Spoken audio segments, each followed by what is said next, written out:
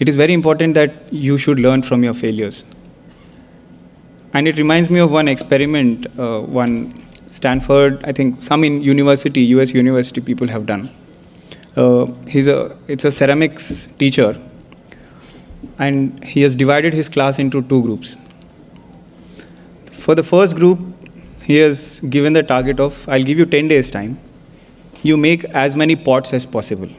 It doesn't matter what the quality is, you make as many pots as possible.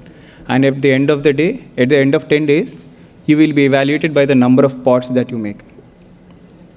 And the second group, the second half, was told that I'll give you 10 days time, just make one pot, but it should be the perfect pot.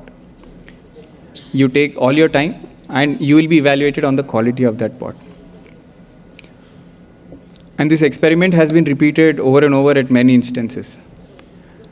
And at the end of 10 days, the ceramics teacher just found the inevitable conclusion, only one conclusion. The result was that the first group made a better looking and perfect pot compared to the second group. And he immediately understood why. Because the first group were busy making and failing and learning, they would understand and then keep improving. Whereas the second group was just thinking of making that perfect pot, and when they finally made it, it was not anywhere close to the first group. You keep consistently improving.